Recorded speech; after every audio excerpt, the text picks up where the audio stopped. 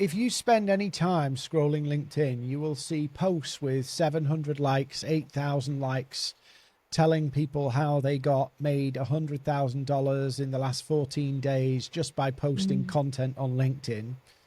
As somebody who works in the industry of this world, what's your take on when you see those posts with the money posts and the success posts? What's your take on them? Oh,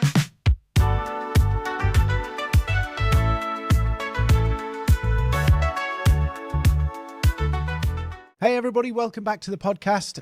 You know who I am, but I have got a guest with me today. I've got Kitty Newman. hi, Hi, Kitty. Dean. Thanks for having coming me. on. So I met Kitty at a cocktail party. I know that sounds really strange, but Yeah, it's true, right? it was. The drinks were flowing. They certainly were. And Kitty got me drinking wine because the cocktails had run out. So, Kitty, you run a business in the marketing space, Trapeze Media. Do you want to just tell us a little bit about what that Yeah, for sure. involves and what you Yeah, do? that was a good night, Dean. I thought we were gonna. I went over to It Dean because I'd was. seen him talk earlier in the day, and I thought it was a very fun talk. And I'd had a few wines and got the courage up to be like, "Hey, can we do something together?" He was like, "Yeah, come on the podcast. We'll see how it goes." So I'm on my best behavior now. But yeah, so I run Trapeze Media. I've had the business for nearly 9 years, and I've been in digital marketing for around 15 years. I started off in the affiliate space, so performance marketing, affiliate marketing, email. Then I moved into social media, and so I built the business from social media with a kind of eye on performance. So everything we do within social has got that eye on the goal, which I think has set us apart and made things challenging for us because it's a mixed bag on that in that social media space.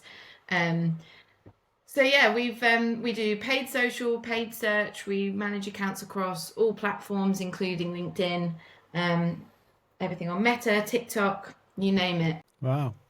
So that's a hell of a journey from you because you started out in sales, right? How did you cross the divide from Nice. Well, yeah, sales to actually, I did start marketing? in sales. I was working when I was 17, 18, working in a call center and actually loving it, which is a weird, weird thing. Nobody loves working in a call center. Me selling TV, phone, and broadband from Virgin Media. It was when we were going from analog to pure digital. So, like, I'm actually old now. And, so I was quite good at just getting on the phone, and I ended up working for an affiliate site, getting meetings for one of the loyalty managers. So it was for a rewards incentives affiliate site. So when you buy something, you get points, and it was my job to get on the phone and cold call big companies and get meetings, which was quite tough but fun, and actually a totally different ball game to now. You used to just be able to find people's numbers and call them. Now, no, you can't find anyone. No one's even in an office, so you have to actually hunt them down now. Social media, it's kind of like there's some people who still don't touch it. There's some people who are like, no, no, no, stay off it. And then there's other people who use it for hobbies. But this space of using kind of social media for business, I don't know whether you find this, but some people kind of like the idea of it, but when it comes to the crunch of actually doing it, kind of get Mhm. all weird and hung up Oh, on stuff. Have you ever definitely. come across that too? We come across it all the time. I think part of the sales approach that I take is comforting people that this is a safe space for them and that they don't need to necessarily fall into these buckets that they find. Maybe they think it's cringy, maybe they think that it's too salesy, maybe they think that Mm. it's all sort of hot air. But actually, what we find is when we talk to people about what they really want to be getting across and why do they actually think they might, what's the little grain of interest that they have on using these platforms. That's what you kind of lean into, whether it's the thought leadership side of things. When you match that with people who are like, yeah, well, I don't want people to kind of look at my account and think that I'm just preaching. It's like, okay, well then let's not just preach, right? What's actually happening in your life? Like what's genuinely interesting about what you're doing and what sets you apart from other people? And that's all part of this onboarding process that you go through with any new client, is finding out like, well, what's actually interesting here. Otherwise, yeah, stuff does become cheesy and cringy or just like what everybody else is doing, because you're not really doing it for your own personal brand. So, I mean, that whole piece about personal brand, and I had an interesting thing about this personal branding thing, because actually to build like a group of people who want to hang around you online, who want to kind of look for your content, maybe do all of that stuff, you have to really dig quite deep to figure out who the hell you are, to kind of go, what do I talk about? And like, I've found a lot of people, like, when you get like a corporate business and they say, right, we want to use you to go out there and put your personal brand. I find some people who've been like corporate like 10 years, they don't actually know who they are, like as an individual. And I found that, I don't know whether you've come across this, where it's like it's almost like they've lost who they are to like talk about other things. Yeah, that's interesting. I guess the most of the time when we're working with individuals, they do come to us at a point where they know that they want to get something out there into the world, and they want to do that in a way that resonates with who they are. So if I was thinking about someone in a corporate world who's kind of lost the idea of their voice, I mean, it's been a long time. I mean, have I even ever worked in the corporate world, Dean? I don't even know. But it's been a long time that I've even worked for someone else. And so the reason I got out of working for anyone else was because I kind of had something to say, and I had a kind of clear idea about who I wanted to be in the world of work, so I could understand somebody in the big machine losing sight of what they want to say or represent.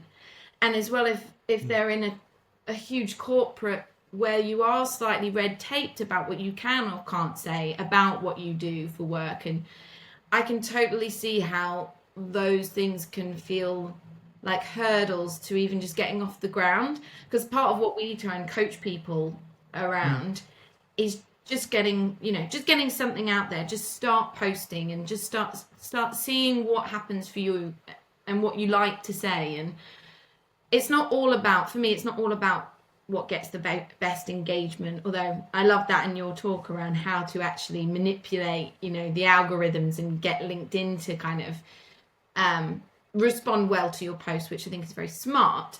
But My 25-second exactly, rule. which I've been thinking a lot about, because it makes a lot of sense. Is it worth explaining that? Because otherwise, or is it that's the top secret? No, because I've got a whole episode about the 25 There we second go. rule. That is an absolute genius segue, right? This is pros. You've got to listen to that episode, because it resonates with me when I'm writing my LinkedIn posts. But that to the side, because that can be incorporated in however you want to put your voice out there. And actually, for me, it's not about like what's going to get the most engagement by what I'm saying. It's actually like, what do you want to say? And you do sort of need to practice it. So if you're starting right from zero, you're in a corporate world where you feel that you've lost a little bit of your voice, or you're nervous to sort of put something out there, you kind of just got to start and see what happens in a lot of ways, and just see what ends up feeling right. And also, I really love using LinkedIn, and I feel quite in control of what I'm doing, and I don't always follow the rules. I do just put sort of short things. I put silly things up. I know what's going to get the best. I've just commented on one of your posts, by the way. So you put up a post about 10 minutes ago or 15 minutes ago about Like, do you know anybody who can help me get rid of subscriptions? And I've replied saying there's a subscription service for that. There is actually a subscription management service that you can get for like $14 a That is month the or most something. ironic thing I've ever heard. Okay, well, thanks, Dean. I'll get a subscription to help me get rid of my subscriptions. Yeah, that's good.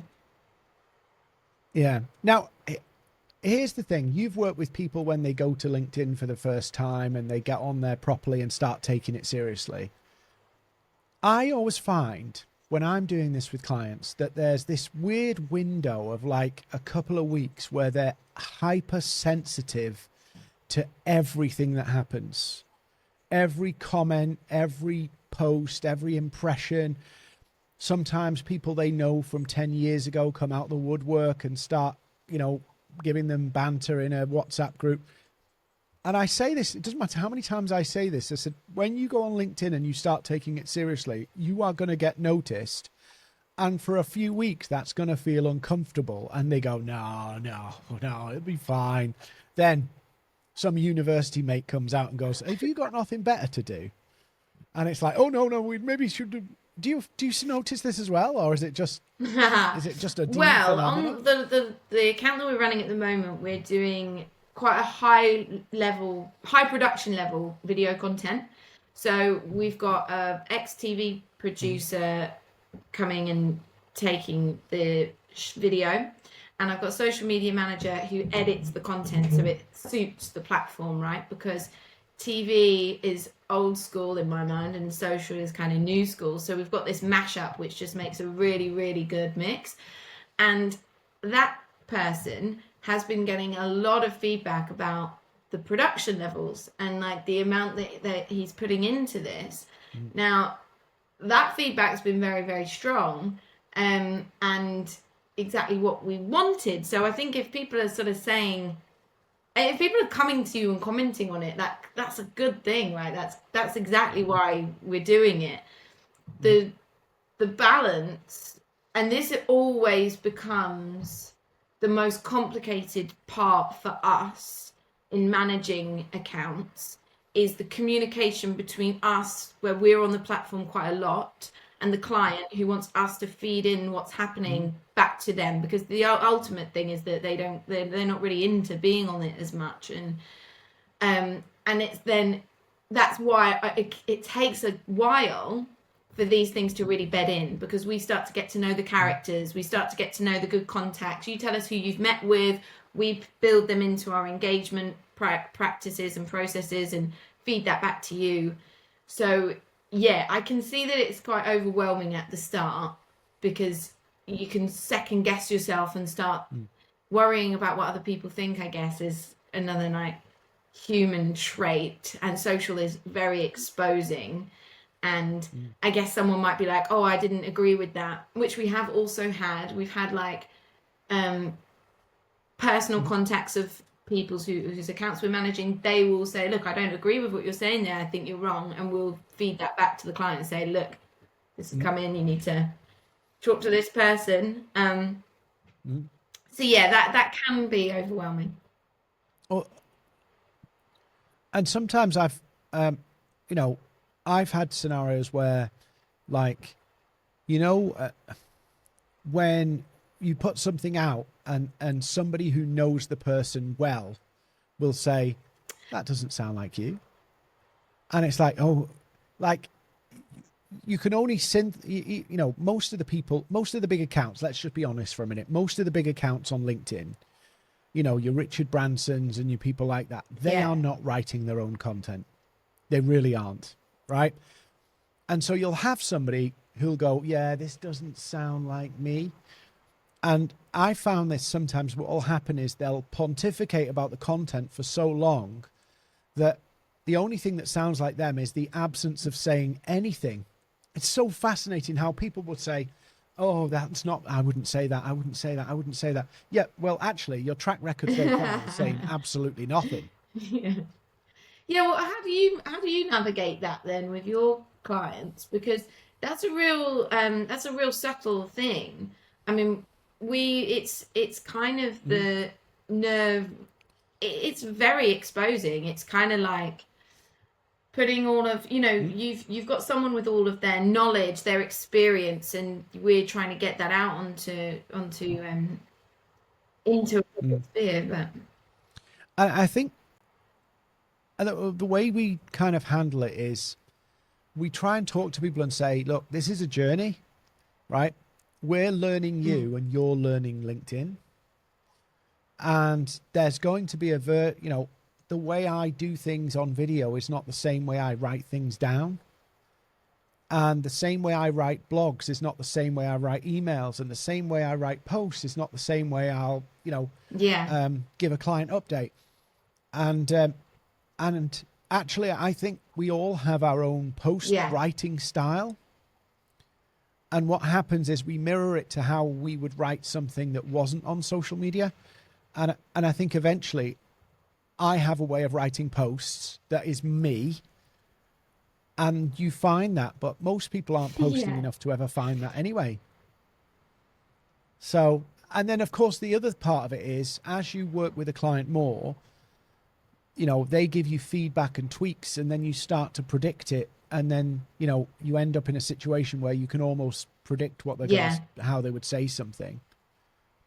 But also there's the other bit of, if you haven't been posting, nobody knows what you sound like on LinkedIn anyway, because you've not been posting, or you've just been reposting trash from the company page. I think the thing any time of like new working with any client, and even in the pitch stages of like proposal stages, I need to know where they are at in their like business journey, right? So are they just starting out, do they want us to come in and help them with their LinkedIn because they're concentrating on their startup and they want to also build their profile over here at the same time? It's like, okay, cool.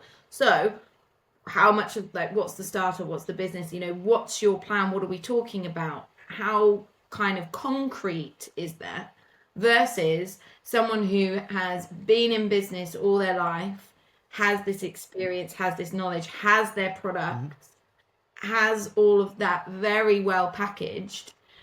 Those are two really different approaches for us to get the tone of voice and to get like what we're going to talk about. So the starting points for those are very different.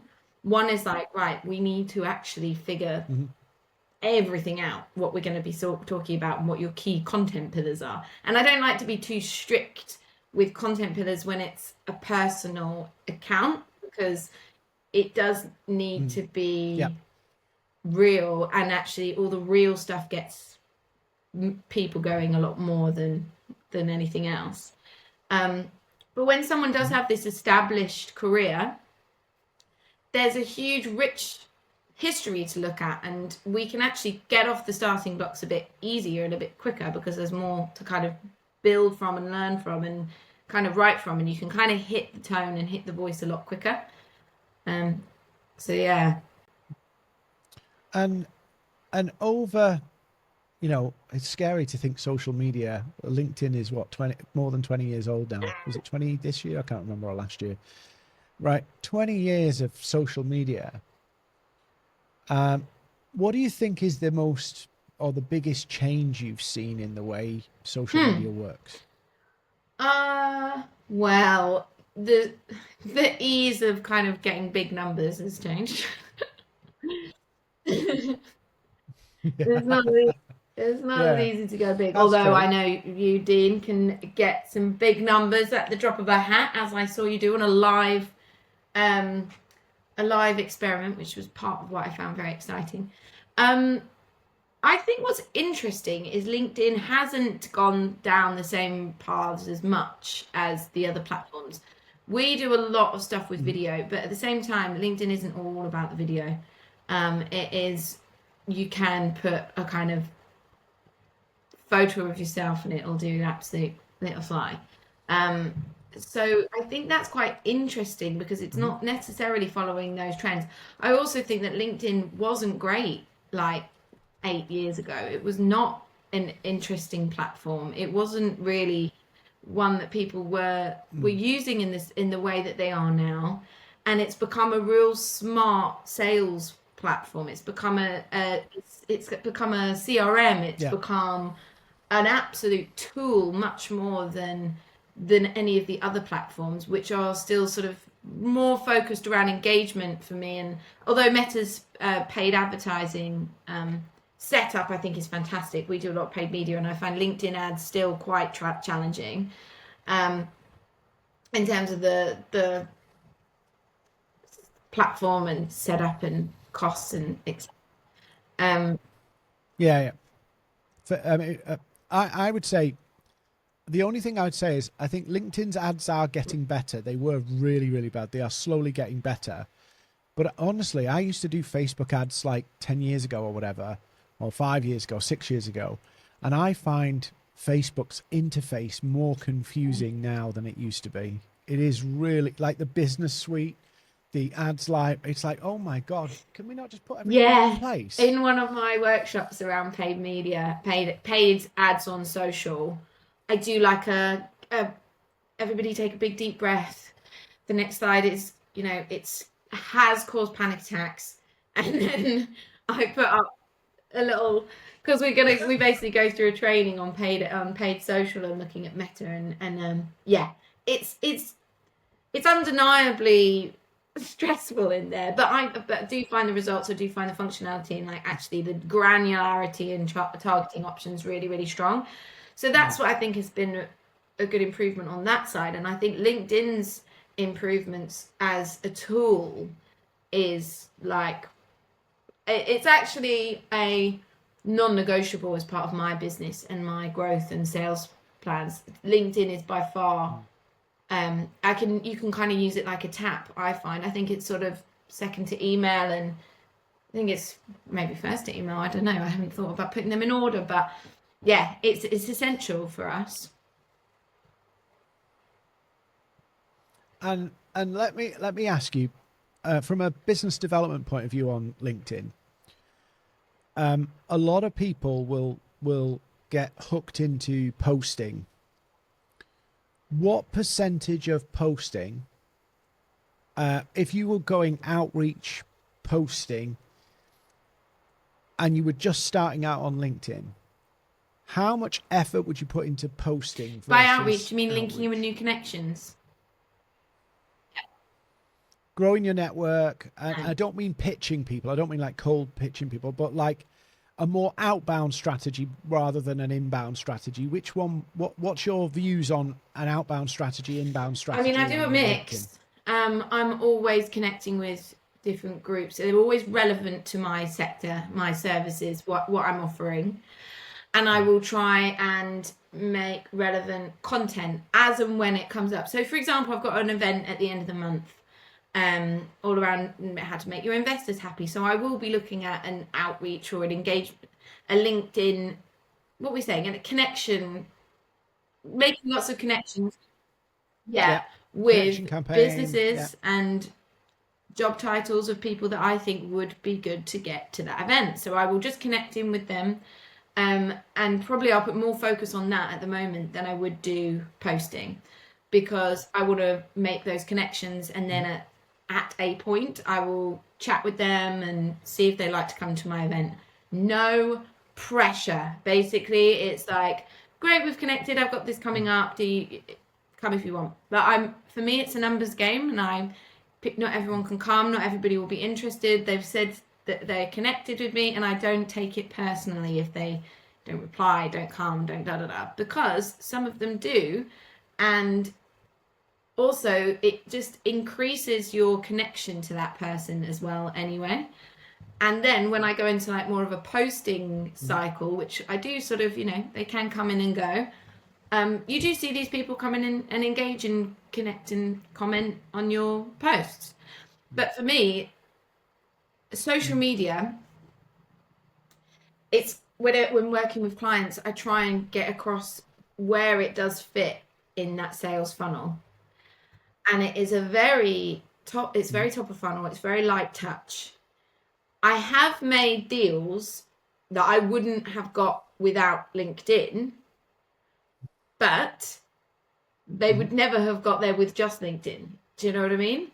So, and they can take for, you know, Yeah. these are long things, but they're relationships that you build and you keep connected, and you have to keep working on it, but you do also have to like not expect it to be, you know, you're not going to make sales from a conversation on LinkedIn. I mean, you might do. Depends what you're selling, I suppose. But it's relationship building. It's getting your brand out there, your personal brand, and your product.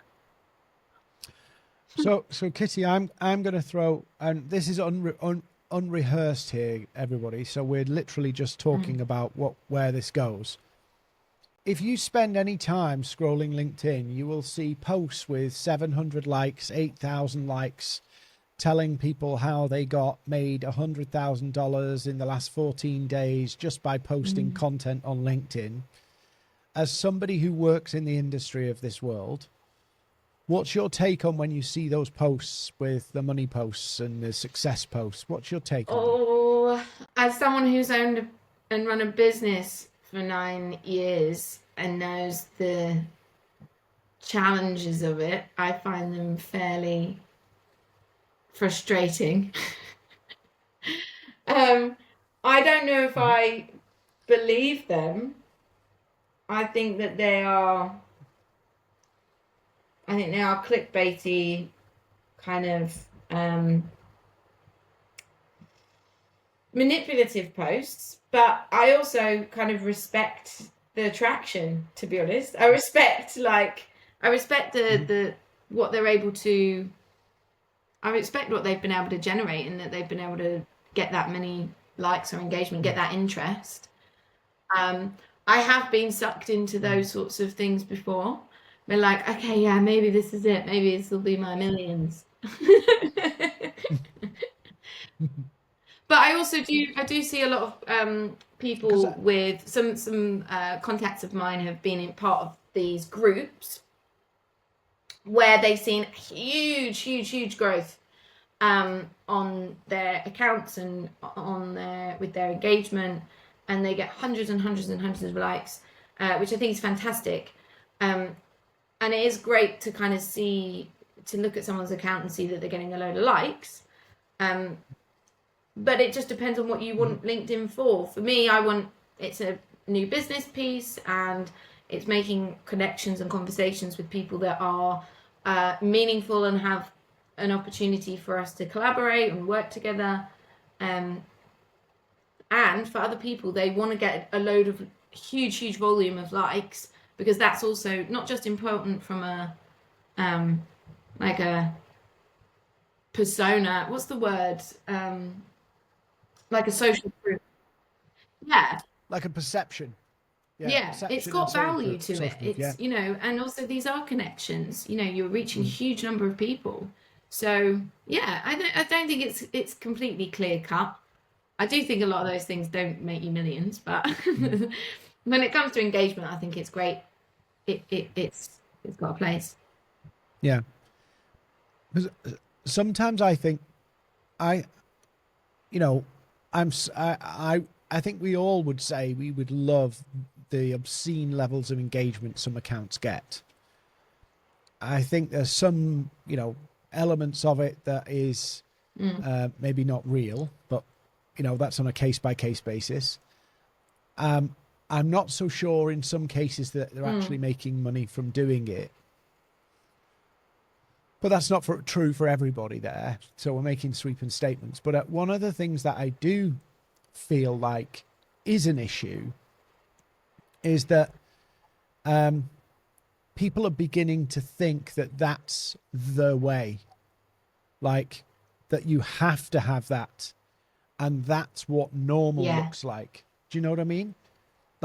Like everybody lives in one of those IKEA houses with wall-to-wall glass walls and walks around with everything looking spotless. It's like a distortion that we see and then go, well, I didn't get that, so what's wrong with me? I don't know whether you've seen people going through that process as well. Or... Well, I get a little allergic when I see things happening the same all the time anyway. And what I liked about your theory, not that I'm totally fangirling, but what I liked about your 25 seconds, it wasn't a rule like, okay, you have to put the copy here and it has to be this long and it has to be, it has to have a lead in dot, dot, dot. It was like, you've got to get them to stop and you've got to get them to look at the post for 25 seconds. You've got to get them to hold their attention. And that's the good rule, really, because then you can just do that in whatever way you want. And yeah, I don't love it when I see the same stuff all the time and like, yeah, people walking around there. I mean, obviously, I don't like it when I see people walking around there like £1 million cruise, their £1 million, what's it, yacht that I'm jealous of. Obviously, I don't like that. I'll walk around this little office with my bike on the wall and do a film. It's not so inspiring, but actually, I get good engagement when I do things like that because people know me, they like me, they want to know what I've got to say, and so yeah, I like it when things are a bit different. But with clients, for example, we do lean into things where we think they are going to create traction. I can be a bit more playful with mine because I'm relaxed about it. But with a client, we would absolutely like, we test formulas, we try and figure out what is going to be the best thing. With thumbnails, we want to make sure we've got someone's face up in there, like nice and close, nice and bright colors. There are absolutely things that one should build in to kind of increase that. And also people get used to certain things. There's trends are successful for a reason. People do want to sort of see the same sort of stuff so they can like grab hold of it. But yeah, it's hard to kind of compare that to these examples you're giving because I think I'm not a fan of that kind of cringy stuff. So you talked about you're quite playful on your LinkedIn and you'll probably try and risk a few things. How did you get to that point where you felt comfortable taking those risks? Because a lot of people are kind of worried about and can kind of imagine extreme negative consequences from doing or saying something. How did you get comfortable with that kind of being a bit more adventurous in what you say and what you share? I think because, well, you can always take it down if you want. That's the first thing. I have put up a post that I took down a while ago when a client didn't pay me and I was a bit pissed off. I gotta say, I regretted that quite quickly. But I took that down. But I think just sort of being a little bit more confident in myself, really, and the business, and knowing that, and probably weirdly, like, might be too deep, but actually just like therapy generally of like, what is actually important, what actually matters, how much time should you spend stressing about it? Because even thinking about feeling stressed about putting something on social media, I could feel the anxiety in me. Like it does have an anxious element to it because it's putting something out there into the unknown. Judgment, you risk judgment, you risk but do you really? I think also that so that's where the kind of therapy of what is actually important, and also get on with your work. Just get on with it. No one has enough time. You don't need to be agonizing about these things all forever. And also I think there's a lot of pressure. There is pressure to be doing these things when you run a business, when you've got targets, to be bringing in this stuff, and pressure does not always equal creativity. So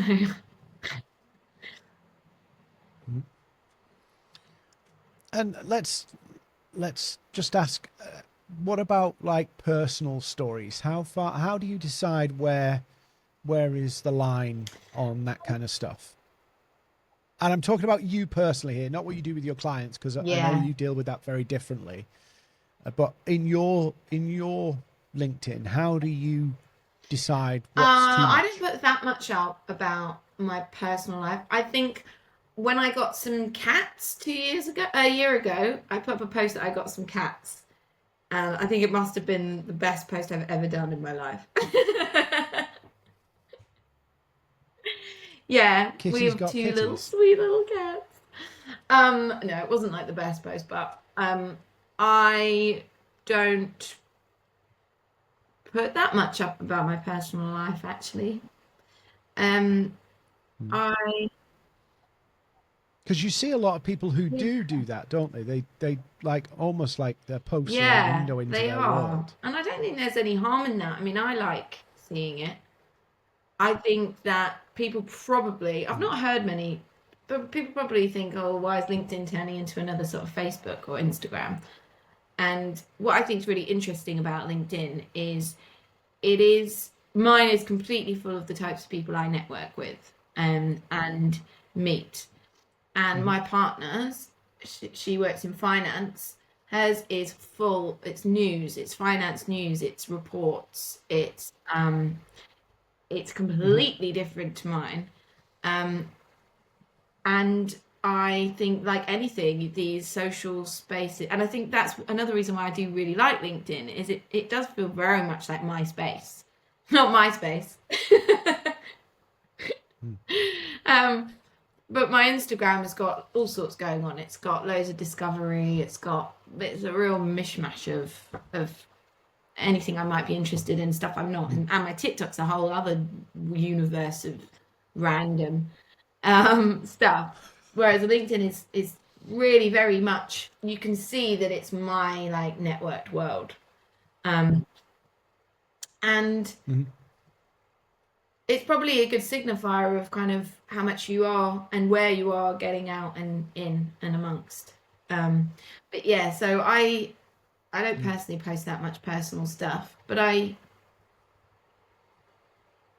yeah, like I think I see this all as building relationships from my perspective, and mostly people come to Yeah. us to manage their accounts to continue their relationship building without them having to sit there and do it all the time. So the majority of the time it's thought leadership and relationship building, um, which I think the personal side does help for that.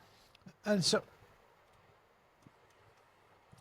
so other than the post you did that you took down, what is the most what was the darkest day or the biggest mistake you ever made on social? um, Well, oh God, have there been that many? I mean, we've had a few cock-ups in the early days for clients, but I won't go into them. Um, I always thought we'd have like a sign up, like in the old factories where it was like 392 days since our last accident. Like in the first couple of years, I was like, okay, we're not going a day without an accident. And then we were like, wow, we've gone like two, and then gone a few years, and then someone made a bit of a cock up. I was like, okay, like even spelling mistakes. We weren't even no spelling mistakes for like years, and then something happened. I was like, okay, we're gonna have to change the sign to 0 again now. um, Hmm. but what's biggest uh, cock up? I mean, I think posting. I mean, I think actually putting that post up about businesses not paying small businesses, as much as I took it down and I felt it was that anxiety feeling, I felt that cold rush in me of like, because I saw someone from that business look at my profile, and even though I didn't mention anybody, and I Hmm. was like, Yeah, they like my whole insides froze. Even though I took it down, I actually had more actual conversations with people about it, because it resonated with people. It was something that, like, a guy who I know mm, really well in a video production company was like, "Oh yeah, I saw you put that up." He'd already commented on it, and I was like, "Oh yeah, I took it down." He's like, "Oh right, I was going to actually do a whole thing on it because of you, because you said that, because it's such an issue and all of this.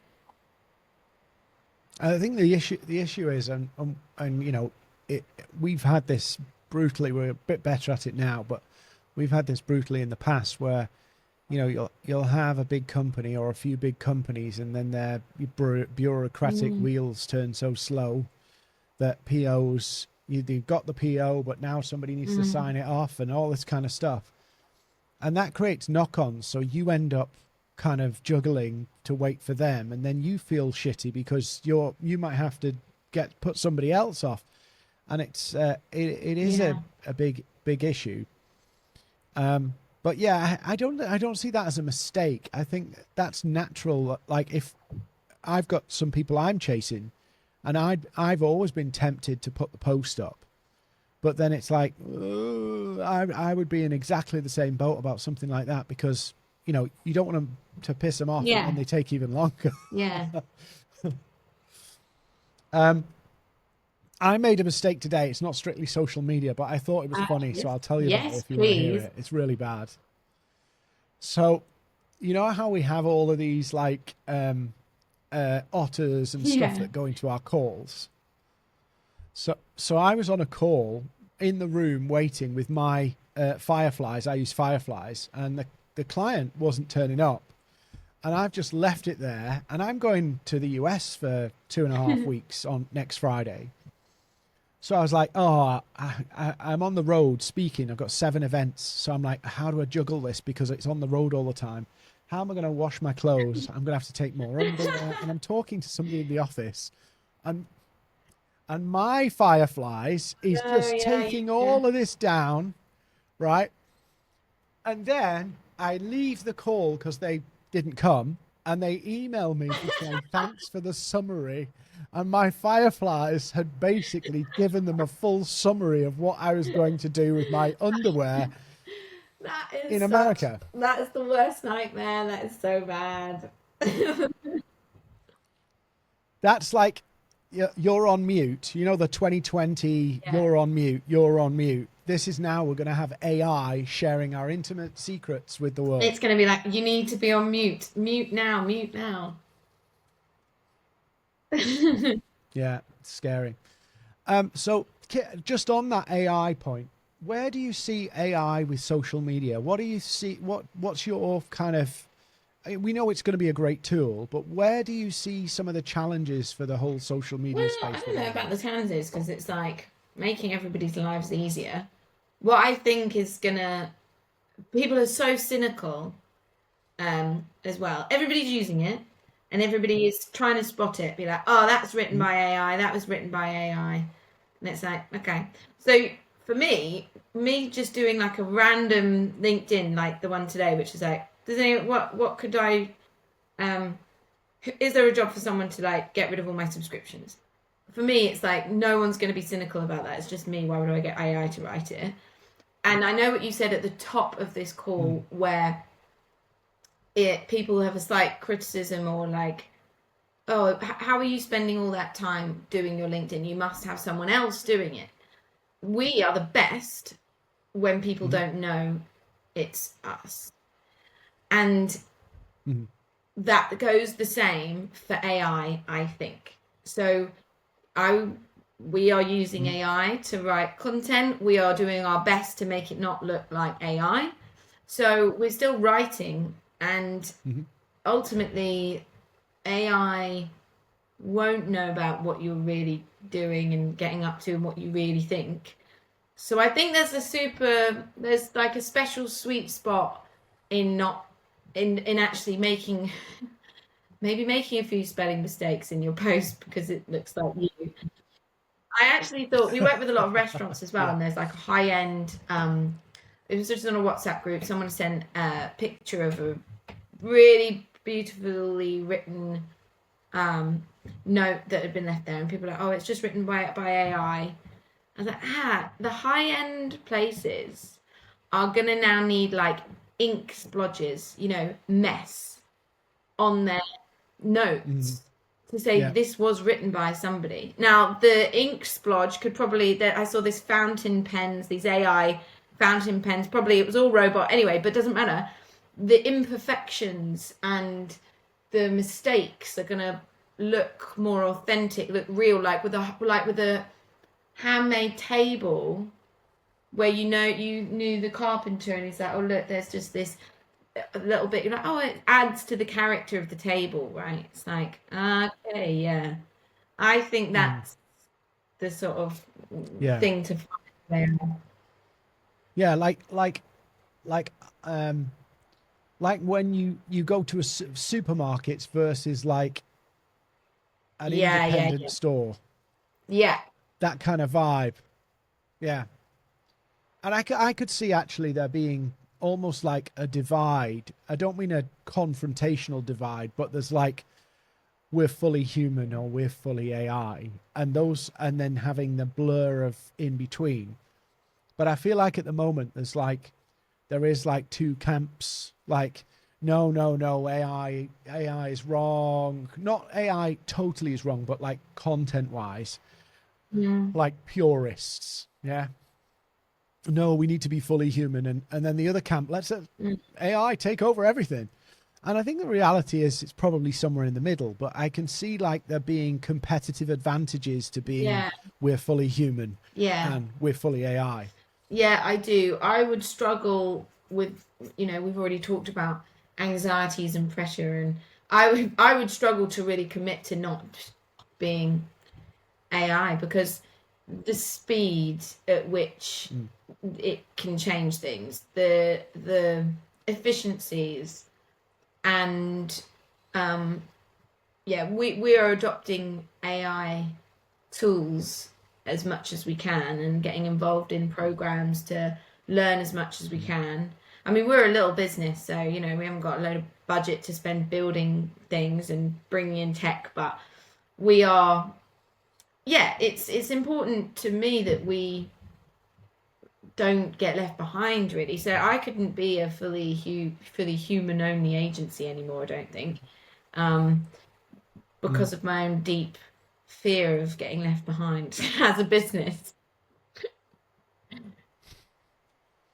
I tell you what is fascinating. Something I've started doing is, and this worked amazing. So I have an email newsletter, and I asked AI to analyze all the email newsletters I've sent and tell me what topics Oh people yeah. seem to respond to the most and what time of day Oh is wow. best Okay. for Yeah. what topic. Yeah, so AI said to me, like, if you want to talk about LinkedIn in your newsletter, it's important to probably send it at Oh wow. 4:09 on a Okay. Saturday.